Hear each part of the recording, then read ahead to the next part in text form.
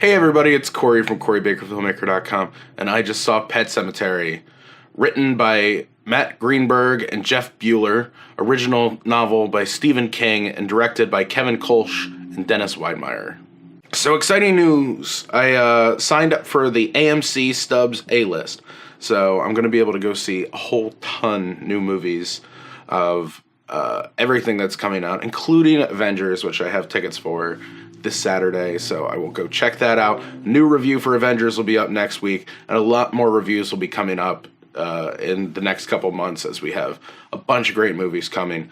First, I just wanted to talk about the theater that I saw this movie in, which was the Universal City Walk AMC theater, which is very nice. Definitely worth checking out. I would say that, personally speaking, I never went to go see a movie here before, simply because it was a little bit too pricey. It felt like I didn't want to spend this much money for a movie, for an experience that wasn't like over the top. And I mean, the theaters were incredibly nice, the seats were incredibly nice, the screen, everything, but it's a little rich for an everyday movie experience, but definitely worth checking out. If you find yourself visiting LA and on the City Walk and you're looking to kill some time with some movies, it's hard not to beat that theater. It's very nice.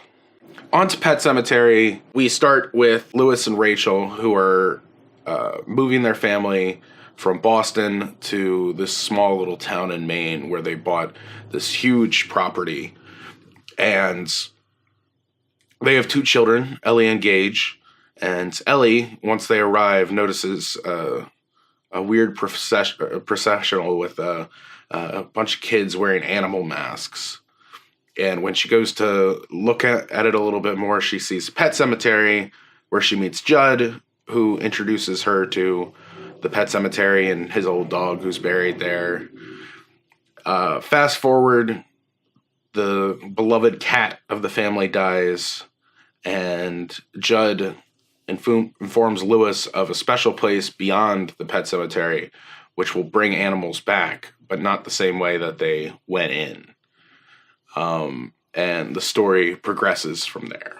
Up front, I mean, off the top of my head, I don't remember the original Pet Semetary that much. I remember seeing it, but that could have been 20 years ago or something like that at this point. My father was showing me all kinds of horror movies when I was way too young for that sort of thing. And I remember reading a little bit of the book and sort of just being aware of Stephen King as a writer in general. And I would say that if this story is something that interests you, I would probably recommend either the book or the original Pet Semetary movie over this one, because it was certainly fine. It doesn't feel like the type of thing that you would want to spend the money on the big screen experience for, because it doesn't really do anything that takes advantage of the opportunities that it has as like a big screen experience. It's a scary movie, but it's not a very scary movie. Everything that comes your way is you can see it coming from a long distance away. The jump scares have plenty of runway before you get to them. Mostly, it seems like this movie was trying to play it safe, which is fine.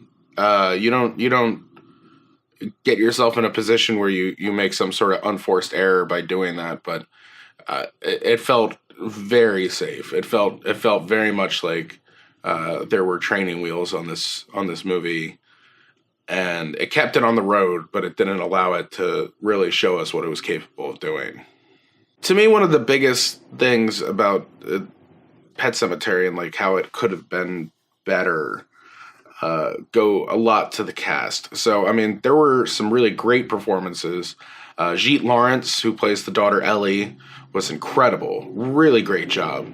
And the twin boys, Hugo and Lucas Lavoie, who played Gage, both did a very wonderful job as well for a pretty tough age to be an actor on screen. It's hard for children that young to feel natural, but they used them sparingly enough that it worked out well. John Lithgow, I thought, was really good in this too, even though he didn't really get a lot to sink its teeth into as in a dramatic sense. It was very safe. And I think that if there was a more daring version of this movie, then John Lithgow's performance could have been a lot more memorable and a lot grander even still. And then the downside is like Jason Clarke and Amy Seimetz, who both, I haven't seen a whole lot of Amy Seimetz. She seemed to be fine, but she also like didn't really, like she really didn't get a lot to work with. And there were plenty of plot devices that could have added to these great moments for her as an actor, but they just were never fully fledged out. It just felt very, very uneven, very like, oh, we'll get to it later kind of thing. And it just didn't, it never really sunk. Jason Clarke, on the other hand, just looked like he was showing up for a job at the canning factory. Like it didn't really, so often his take on this was felt like it was almost from a different movie somehow. And I don't want to just brag on Jason Clarke, and this isn't meant to sound like that, but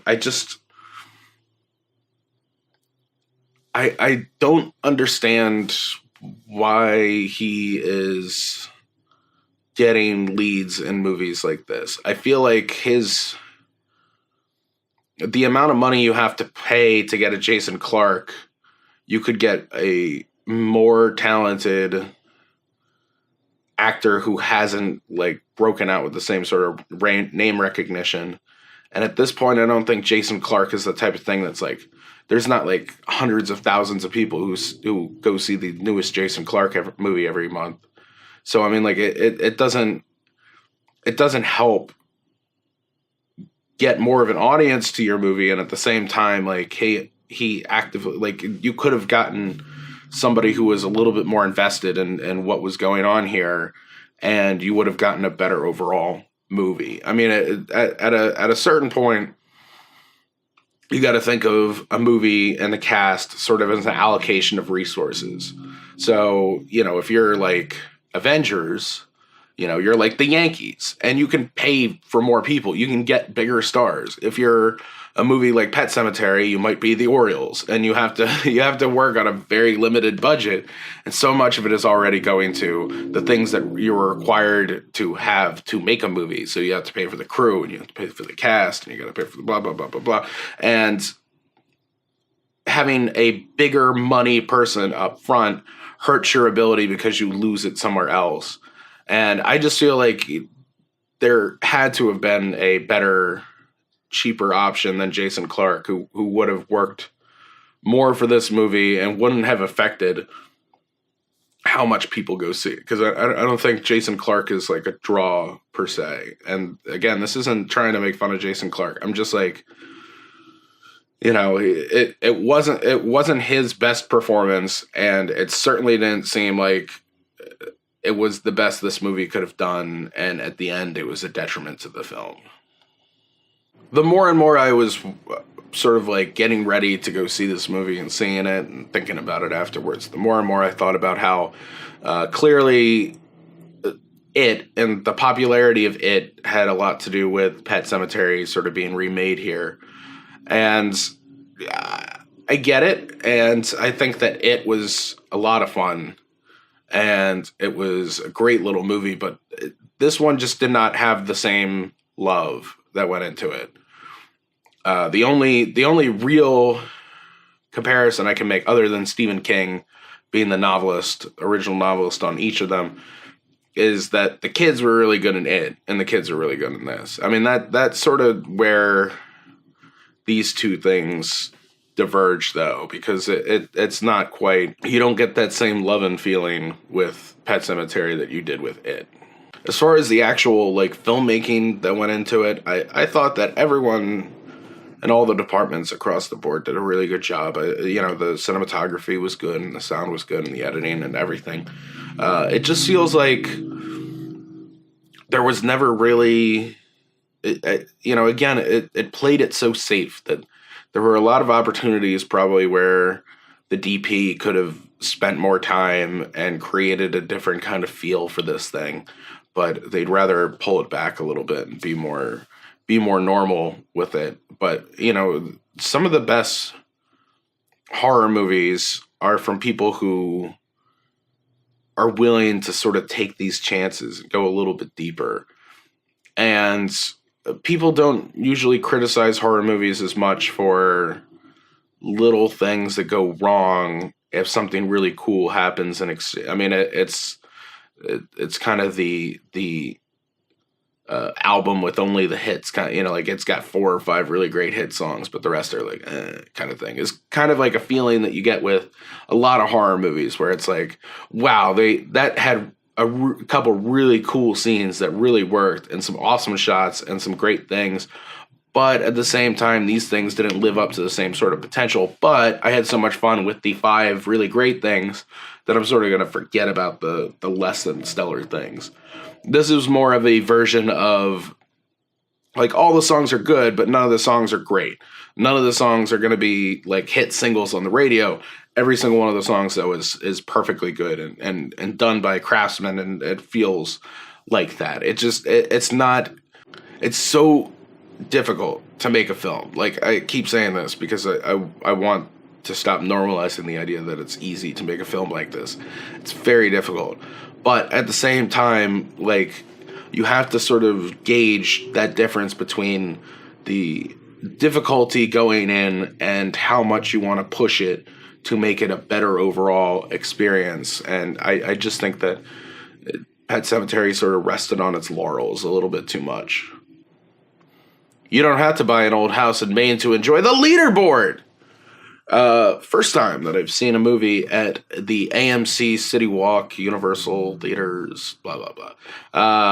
Pretty cool. Go check it out. We'll probably see another one before my AMC A-list stubs turns into an Alamo Drafthouse subscription service. So definitely go keep an eye out for that. On to the movie leaderboard. I like Stephen King a lot. I like his books.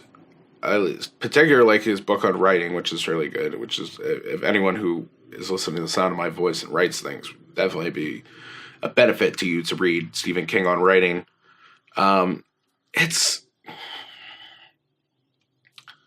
This feels like the perfect type of movie to have on if you and a bunch of friends are just sort of hanging out on the couch and you're, you know, busting balls and like having a good time and just having a couple drinks and catching up, and you want to have a movie on that you can sort of like be in and out of, because there's not like a whole lot that goes on in the plot, and it's very linear. It's very like, this moment happened and it led to this and it led to that and it led to this, which is easy enough for you to sort of experience without paying attention, which is not a knock on it. It's just sometimes I want that. Sometimes I want something that's sort of easy to digest like that.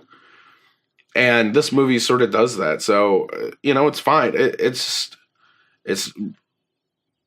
just not special. It doesn't take any opportunities to go deeper than it could have otherwise. And I think that that's a real drawback to the movie overall. But if I have to give it a rating, I would give Pet Semetary a 6.3.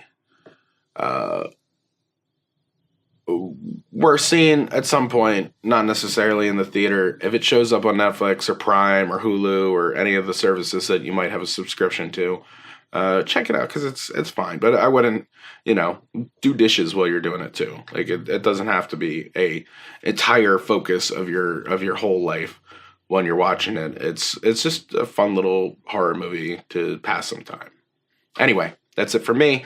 If you want more, you can go to my website, CoreyBakerFilmmaker.com, at LegendCB5 on Twitter, Instagram, Snapchat, and Facebook.com/CoreyBakerFilm.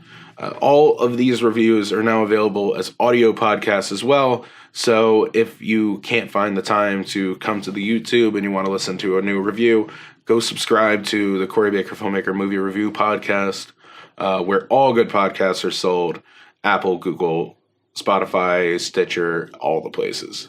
So, yeah, that's it for me. Anyway, if you don't mind, I have to bury some of my old short films in the way back and see if they come back better.